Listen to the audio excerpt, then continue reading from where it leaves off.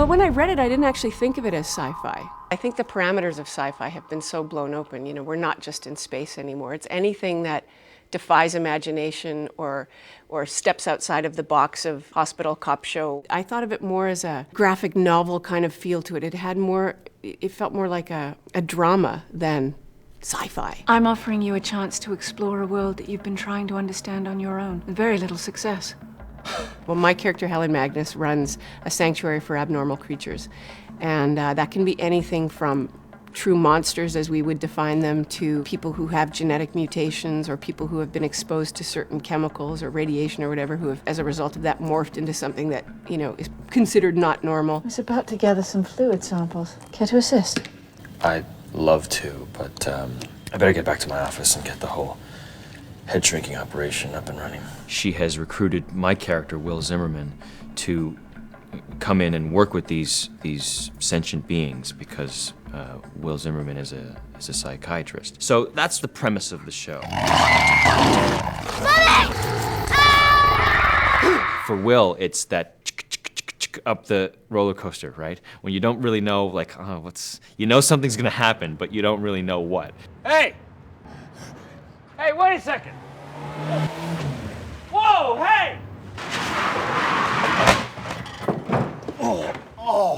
Not the way I'd hoped we'd meet. Helen is this eccentric, sexy, smart, unapologetic, tough woman who's been doing this for so long and has this great history behind her and therefore doesn't really care what people think. This is a private medical facility. You are trespassing on my property.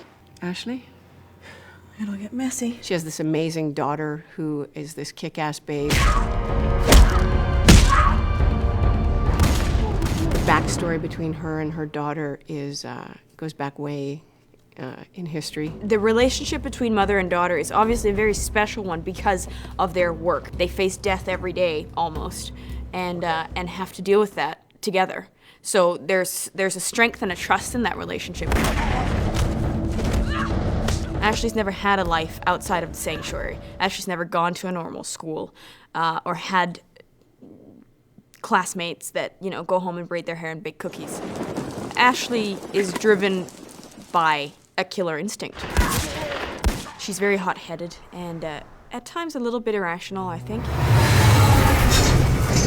Sci-fi has a good history of strong female characters. We went to Comic-Con last year, which is the big sort of convention in San Diego, and we'd only been out on the web for, I think, a couple of months, and the lineup for autographs was astounding, and there was a lot of women. Women are really watching sci-fi a lot more. I'm guessing you're looking for a little action yourself. In fact, I am looking for something. I looked at the character of John Druitt and I thought immediately that I just hated the person who was going to get to play John Druitt, because John Druitt was mine. Do I have your attention? John Druitt, he's a rather devious character from the past. Helen Magnus is 157 years old.